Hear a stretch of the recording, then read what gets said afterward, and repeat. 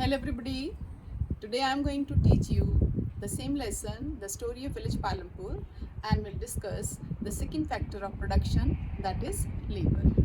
As we have read in the Palampur, 75% population people are engaged in farming activities, but the people those are having the land, that is only we have read the 60 families, those are having more than 2 hectares of land are very less.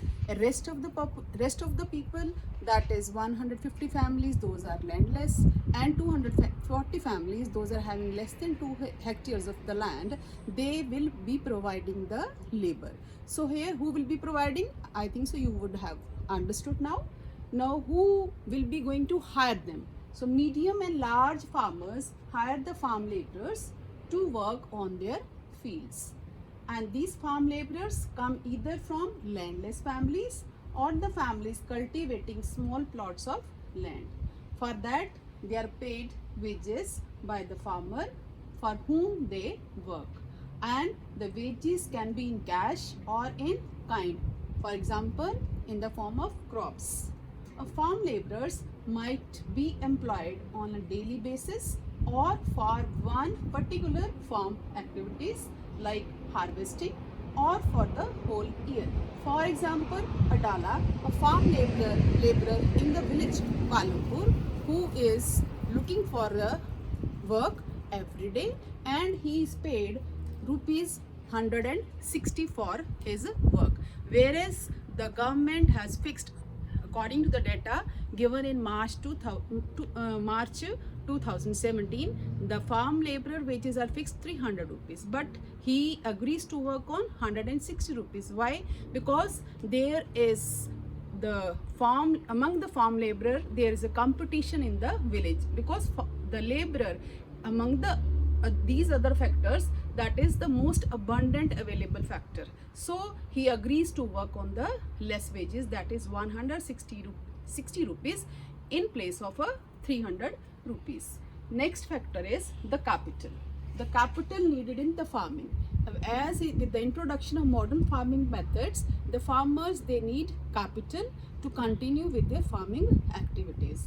But the farmers, those are small farmers. Most small farmers have to borrow the money from the large farmers or the village money lenders or the traders, who supply various inputs for cultivation, and rate of the interest on such loans is very high, and due to high rate of interest, they are put to great distress to repay the loan. For example, here is a case study of Savita, who is a farm laborer, and she has very small plot of land for herself, and to compensate her earnings and to carry on all the farm activities, she needs the money. For example, to buy the seeds, fertilizer, pesticides, and to repair the agricultural implements. Suppose she needs rupees 3000 rupees, but she doesn't have the money to carry on all those activities.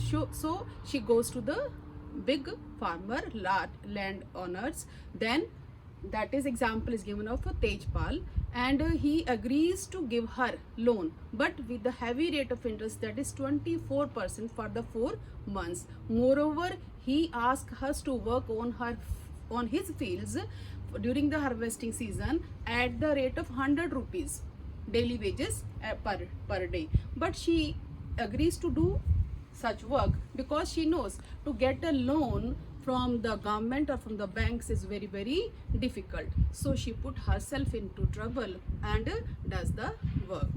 And the third, now the other than the small, the second category, that is of rich. In contrast to these small farmers, the medium and large farmers have their own savings from the farming.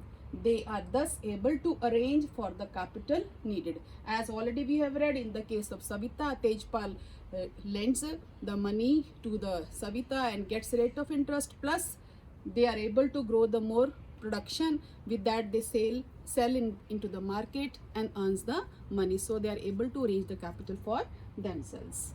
Other than these farming activities, in the village Palampur, people are engaged in non-farming activities. Okay, so what is the percentage of people? 25% only people are in the Palumpur are engaged in these non-farming agri activities other than agriculture. What are these activities? First one is dairy. Okay, what is dairy here means? The farmers, those are growing the crops, as we have read, jowar and bajra, which is used as a cattle field. They rear the livestock and get the milk, and then that milk they sell to the nearby village Raiganj, and the trader from the Shahpur, they have set up the chilling centers in the Raiganj, and they collect the milk and further they sell to the nearby areas. This way they are supplementing their income with this profession. Second one is the small scale manufacturing, means in the Palumpur is a small town, village, whereas the manufacturing is not done on a large scale, but here it is carried out mostly at home or in the fields with the help of the family members. Rarely they hire the laborers. Means laborers, they do not hire from outside, only with the family member they carry on their activities and they earn their income. Third one is shopkeeping.